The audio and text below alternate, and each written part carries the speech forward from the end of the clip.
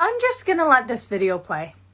We were first to bring you here on News 5 at 6. A man traveling across the country on a mission to find a young girl here in Ohio, one he had been stalking for years. News 5's Tracy Carlis broke the story Monday, and today she spoke with the girl's family in a story you will only see on 5. For weeks, Timothy Nielsen wandered a Brunswick neighborhood, according to police. We're told he was living in nearby woods and knocking on doors. Neighbors thought he was homeless. He seems lost. I don't know per se if it's 911, but he just seems mentally ill. But it turns out police say his reason for being in that neighborhood was sinister.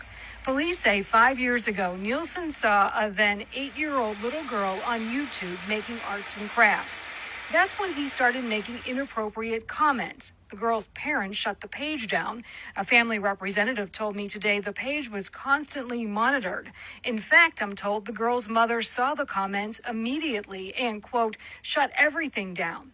The spokesperson told me the family called authorities, who they say told them he was no risk. Quote, he was too mentally unstable to take care of himself, let alone travel to Ohio. Really, there is no risk because he is so far away. The family thought it was over, but the nightmare was just beginning. Police say Nielsen had been cyberstalking the girl for years, and he figured out not just the city where she lived, but the neighborhood. Police say just weeks ago, he made the bold move to travel from Gresham, Oregon to Brunswick, Ohio in hopes of finding the now 13-year-old girl. In this body camera video from the Brunswick Police Department, he tells the officer he was looking for a date. Trying to get a date with the girl on the internet. I've been after her for 5 years and I haven't heard nothing from her. If I find her one day, that's fine. If not, I can leave. The family says the 43-year-old didn't know it, but he was at their doorstep.